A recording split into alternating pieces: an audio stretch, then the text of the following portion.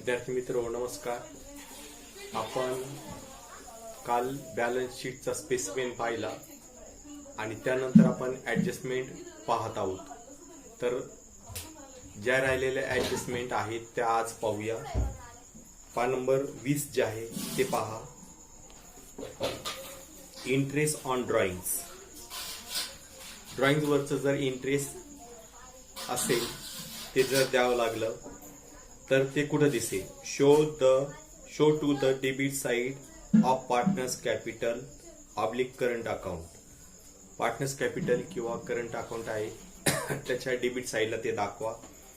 Or less from capital oblique current account, किंवा capital किंवा current account मधून काय करा? लेस करा, वजा करा. त्याचा दुसरा इफेक्ट दिसेल show to the credit side of profit and loss account. Profit and loss अकाउंटच्या क्रेडिट साइडला दाखवा.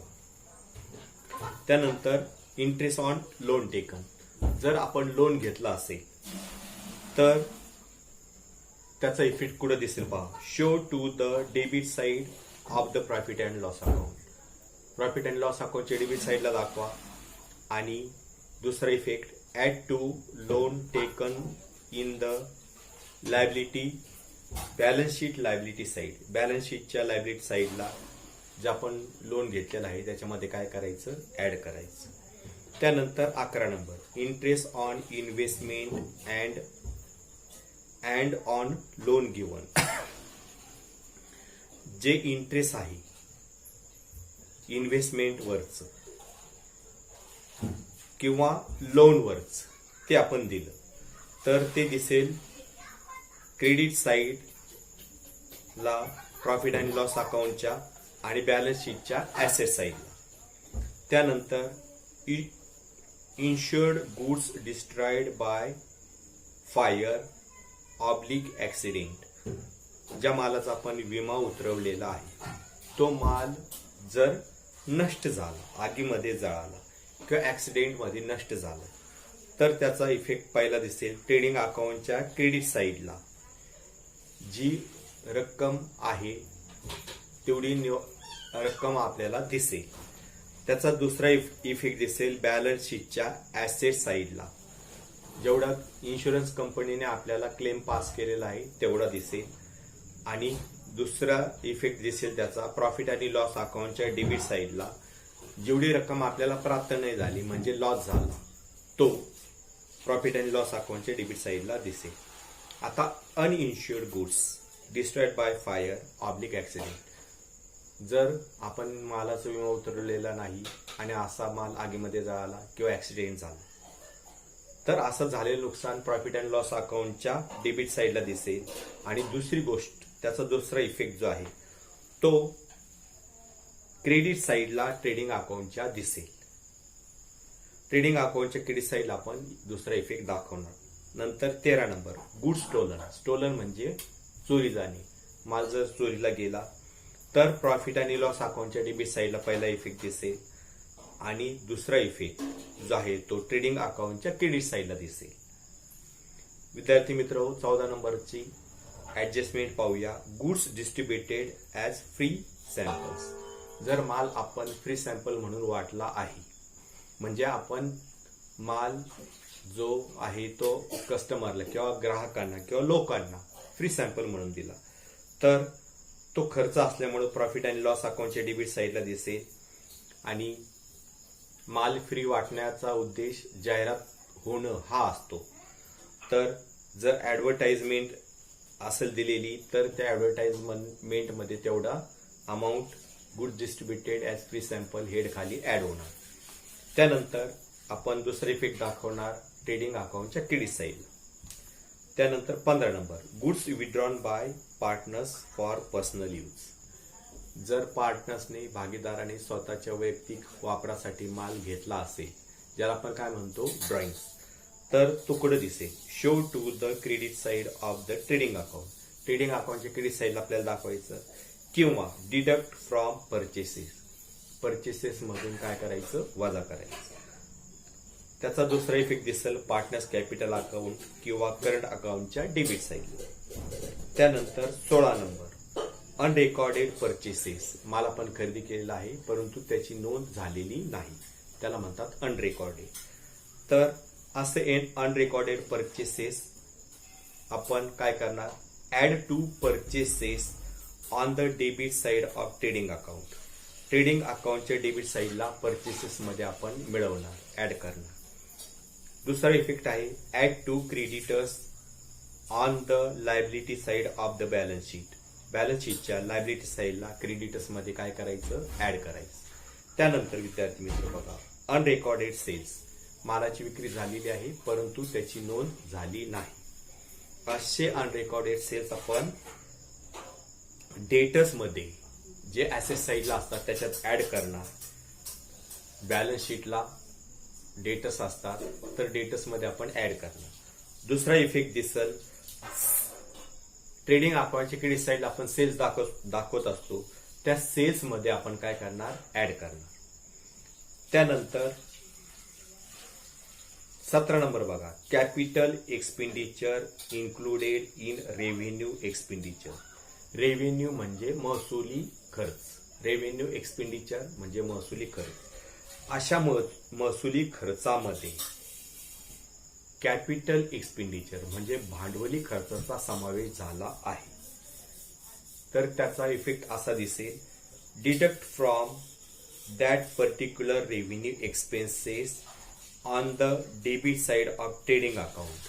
ट्रेडिंग अकाउंटच्या डेबिट साइडला तो जेवढा पर्टिक्युलर रेव्हेन्यू एक्सपेन्सेस आहे तो काय करा, वजा करा, किंवा प्रॉफिट आणि लॉस अकाउंटच्या डेबिट साइड मधून तो वजा करा.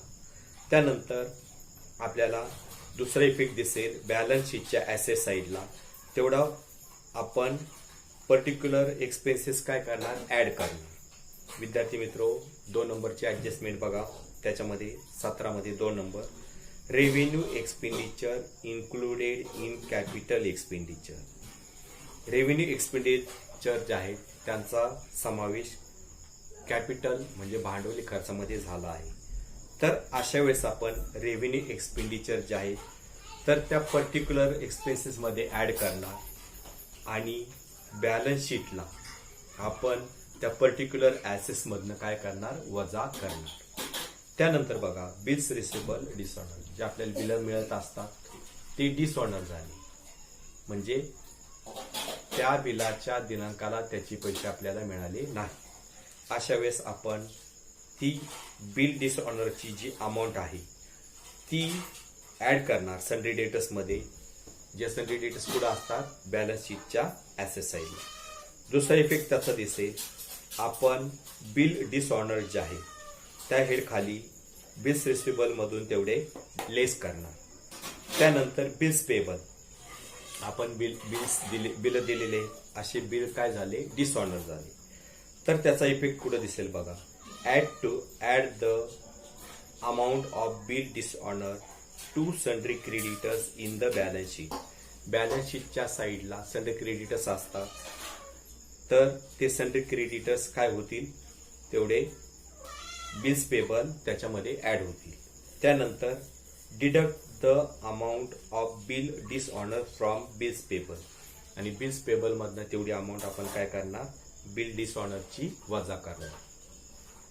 त्यानंतर बघा, deferred expenses of advertisement paid for 5 years. Deferred म्हणजे स्थगित. आपण कधी कधी जाहिरातीचा खर्च ऍडव्हान्स मध्ये देत असतो 5 वर्षाचा. जर आपण 5 वर्षाचा खर्च असा दिला तर आपल्याला काय करावं लागेल, प्रॉफिट अँड लॉस अकाउंट मधनं हे 4 वर्षाचा खर्च वजा करावा लागेल आणि तेवढीच अमाऊंट आपण, दुसरा इफेक्ट जो आहे तो बॅलन्स शीटला प्रीपेड ऍडव्हर्टाइजमेंट किंवा प्रीपेड ऍडव्हर्टाइजमेंट बिल या हेड खाली सेपरेट दाखवणार. त्यानंतर revenue receipt included in capital receipts. Capital जे आपल्याला भांडवली स्वरूपाच्या प्राप्ती होत असतात त्याच्यामध्ये रेव्हेन्यू रिसीटचा समावेश झाला. एक्झाम्पल आपल्याला दिलेलं आहे, suppose sales of goods included in sale of furniture. माल आपण विकला परंतु त्याचा समावेश फर्निचर विकलं गेलं त्याच्यात झाला. तर अशा वेळेस पहिला इफेक्ट काय होईल, आपण ट्रेडिंग अकाउंटच्या क्रेडिट साईडला जेवढा माल आपला विकला आहे तेवढा ऍड करणार आणि दुसरा इफेक्ट बॅलन्स शीटच्या ऍसेट साईड फर्निचर मधून आपण तेवढा अमाऊंट काय करणार लेस करणार. त्यानंतर 22 नंबरची ऍडजस्टमेंट बघा. Commission to partners as percentage of gross profits oblique sales. आपण पार्टनर्सला कमिशन दिलेलं आहे किंवा त्यांनी जेवढा मालाची विक्री झालेली आहे प्रॉफिट झालं आहे त्याच्यावर आपण त्याला काही पर्सेंटेज दिलेले आहे. तर त्याचा पहिला इफेक्ट दिसेल हा खर्च असल्यामुळे प्रॉफिट अँड लॉस अकाउंटच्या डेबिट साईडला आपण दाखवणार आणि दुसरा इफेक्ट पार्टनर्स कॅपिटल किंवा करंट अकाउंटच्या क्रेडिट साईडला आपण दाखवणार. तर विद्यार्थी मित्र आपण ह्या ऍडजस्टमेंट पाहिल्या. त्याच्यानंतर पुढे आपल्याला हिडन ऍडजस्टमेंट आहे. हिडन म्हणजे लपलेल्या छुप्या ऍडजस्टमेंट. पहिला आहे salary rent paid for 10 months. आपण सॅलरी किंवा भाडं 10 महिन्याचं दिलं, प्रत्यक्षात आपल्याला किती महिन्याचं द्यावं लागतं 2 महिन्याचं. तर आपल्याला काय करावं लागेल तेवढी 2 महिन्याची सॅलरी किंवा रेंट सॅलरीमध्ये किंवा रेंटमध्ये प्रॉफिट अँड लॉस अकाउंटच्या डेबिट साईडला ऍड करावी लागेल. दुसरा इफेक्ट दिसल आपण बॅलन्स शीटच्या लायबिलिटी साईडला 2 महिन्याची सॅलरी किंवा रेंट आउटस्टँडिंग या हेड खाली दाखवणार. त्यानंतर insurance premium paid for 1 year ending 30 June 2019. आपण इन्शुरन्सचा प्रीमियम दिला 2019 30 जून पर्यंत. तर आपण इयर एंड असतं आपलं 31 मार्च. तर आपण 3 महिन्याचं जे आहे ते इन्शुरन्स प्रीमियम ऍडव्हान्स मध्ये दिलेलं आहे म्हणून ते प्रॉफिट अँड लॉस अकाउंटच्या डेबिट साईडला दिसेल. आपण तेवढं वजा करणार. आणि दुसरी गोष्ट ऍसेट साईडला आपण insurance premium paid in advance या हेड खाली 3 महिन्याचा इन्शुरन्स दाखवणार. त्यानंतर ऍडव्हर्टाइजमेंट एक्सपेन्सेस फॉर 4 years. जाहिरातीचा खर्च आपण 4 वर्षाचा दिलेला आहे. तर आपल्याला प्रत्यक्षात 1/4 म्हणजे एकाच वर्षाचा खर्च आपल्याला दाखवायचा आहे.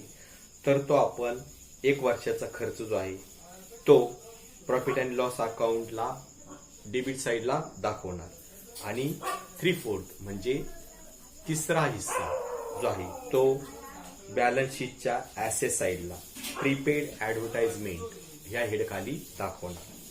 त्याच्यानंतर रेंट रिसिव्ड फॉर 11 months. आपल्याला रेंट 11 महिन्याचं मिळालेलं आहे, 1 महिन्याचं बाकी आहे आपल्याला माहिती आहे. तर आपण तेवढं रेंट जे आहे रिसिवेबल या हेड खाली प्रॉफिट आणि लॉस अकाउंटच्या क्रेडिट साईडला दाखवणार आणि त्याचा दुसरा इफेक्ट दिसेल बॅलन्स शीटच्या ऍसेट साईडला. विद्यार्थी मित्र हो 6 नंबरची ऍडजस्टमेंट बघा. 16% इन्व्हेस्टमेंट 16% दराची इन्व्हेस्टमेंट आहे, गुंतवणूक आहे. आपण खरेदी कधी केलेली आहे 1 जानेवारी 2019. तर अकाउंटिंग इयर काय असतं 31 मार्च. तर 31 मार्च 19ला त्याचा हिशोब दाखवला जाईल. तेवढी अमाऊंट आपण इंटरेस्ट रिसेबल ऑन इन्व्हेस्टमेंट 3 महिन्याची जी आहे आपण क्रेडिट साईडला म्हणजे प्रॉफिट अँड लॉस अकाउंटच्या क्रेडिट साईडला दाखवणार आणि तेवढीच अमाऊंट आपण इंटरेस्ट रिसेबल ऑन इन्व्हेस्टमेंट या हेड खाली बॅलन्स शीटच्या ऍसेट साईडला दाखवणार. त्याच्यानंतर 10% गव्हर्नमेंट बॉन्ड्स 10% गव्हर्नमेंट बॉन्ड्स आहे.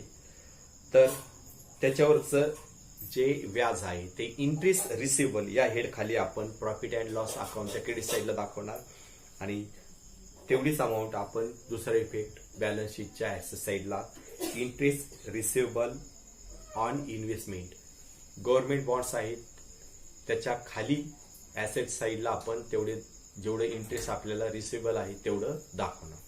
तर विद्यार्थी मित्र या सगळ्या ऍडजस्टमेंट लिहून घ्या, अत्यंत आपल्यासाठी महत्वाच्या आहेत. या ऍडजस्टमेंट लिहून घ्या, त्याचं वाचन करा. तर आजच्या परत आपण एवढं पाहूया, इथं थांबूया. थँक्यू.